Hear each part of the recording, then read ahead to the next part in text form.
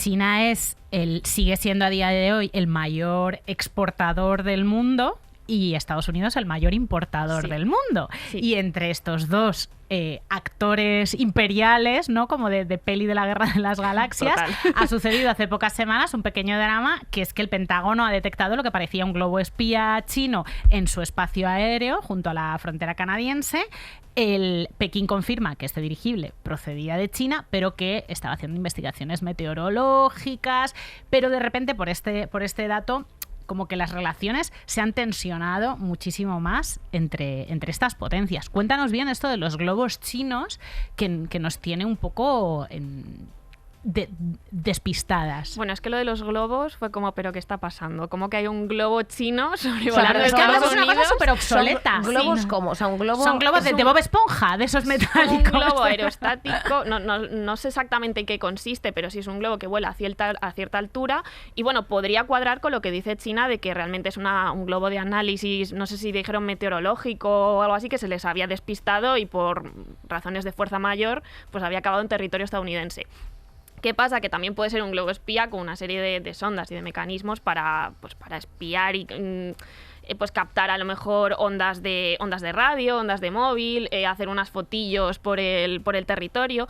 ¿Qué pasa? Que si pensamos en cuestiones de espionaje, ya tenemos los satélites. O sea, claro, hay satélites superpotentes que te pueden ir ahí al milímetro, como es una base militar estadounidense, y ¿para qué de repente metes un globo? Bueno, pues porque puede captar otras cosas.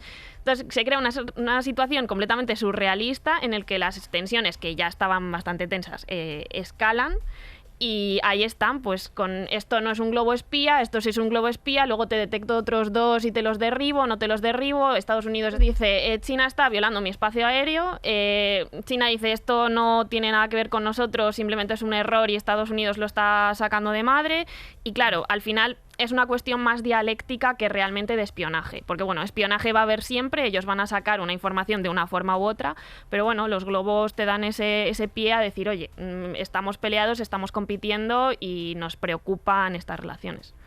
¿Y es verosímil el pensar que, o sea, ese temor que hay hacia estos globos, a tu criterio ya, o sea, a tu criterio con tus conocimientos, tu visión y cómo estás en la política internacional, esta alarma o esta cobertura que se le está dando constantemente en medios a los globos, ¿está justificada? O sea, ¿qué versión? Yo creo que, a ver, llama mucho la atención. Entonces, claro, es normal que los medios digan, uy, ¿cómo que hay un globo ahí sobrevolando? Vamos a mirar qué pasa aquí.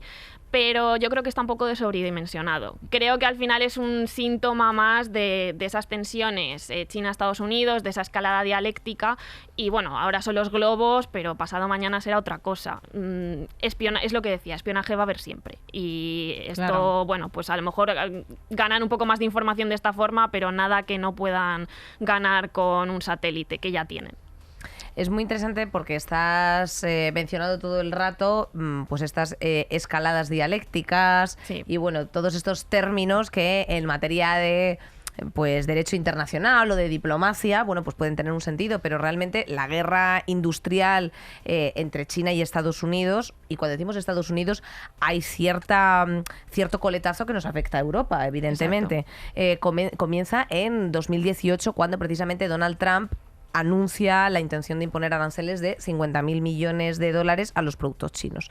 Entonces, en represalia, la República Popular China pone unos aranceles a más de 128 productos estadounidenses, incluyendo la soja, ¿no?, que es una de estas principales exportaciones, y ya se empieza a liar. ¿Qué ocurre con esta guerra, por así decir? O sea, porque es como una continuidad de la Guerra Fría. ¿O qué es? No, porque quiero decir, en la Guerra Fría incluso había ciertos acercamientos diplomáticos, bueno, todo muy en ese mundo de bloques, ¿no?, que tampoco permitía que se acercase mucho más, pero pensemos que a lo mejor la visita o sea, una de los primeros contactos diplomáticos fueron unas visitas de presidentes estadounidenses en los 70. Entonces, bueno, pues había un cierto contacto. Yo creo que China ahí se veía más, pues, como una amenaza dentro de ese bloque comunista, pero también algo a lo que tampoco era una gran amenaza como sí que se la percibe hoy en día, ¿no? Y esa relación va evolucionando y realmente en las décadas previas hay un acercamiento económico bastante grande. Hay acuerdos comerciales, hay pues eso, visitas bilaterales de unos y otros.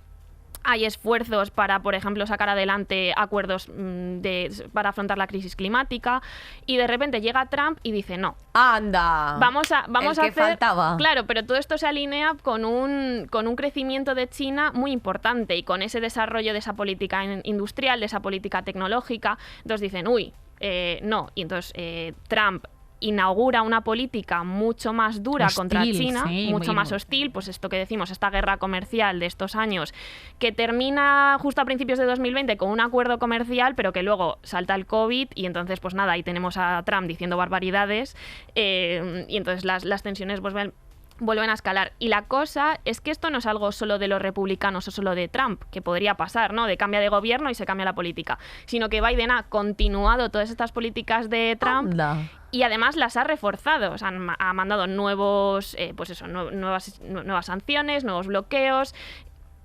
Al final toda una política económica mucho más agresiva hacia China y a limitar su desarrollo tecnológico. Pero de cara a la galería, Biden parece, o sea, sí ha tenido reuniones con Xi Jinping, de cara a la galería parece que la relación, hasta el momento del teatrillo rarísimo de los globos, la relación era muchísimo mejor que con Trump, también porque Trump era una drag un poco que se desmelenaba, y durante el COVID pues señaló que ellos eran los culpables absolutos, dijo un montón de barbaridades, y luego había necesidad comercial tanto por parte de Estados Unidos como de Europa de las manufacturas, mascarillas y demás. O sea, hubo ahí un momento de crisis muy gorda, pero de cara a la galería parece que Biden es más cercano, ¿no? Claro, aquí lo que lo determina es la imagen diplomática que tú proyectas. O sea, tú tienes a Trump pues siendo un energúmeno, soltando barbaridades, fomentando el racismo incluso contra la población china, incluso yo creo que ya la población asiática, que creo que sufrió mucho durante la pandemia por los estigmas que se les impusieron. Y luego tienes a Biden, que sí, que tiene está teniendo una política muy dura contra China y una retórica muy dura contra China, pero obviamente lo hace desde una moderación y un saber estar que parece que no va a declarar la guerra pasado mañana, pero esas políticas duras siguen estando ahí. O sea, el fondo es el mismo. El fondo es el mismo con Trump y con Biden. Exacto.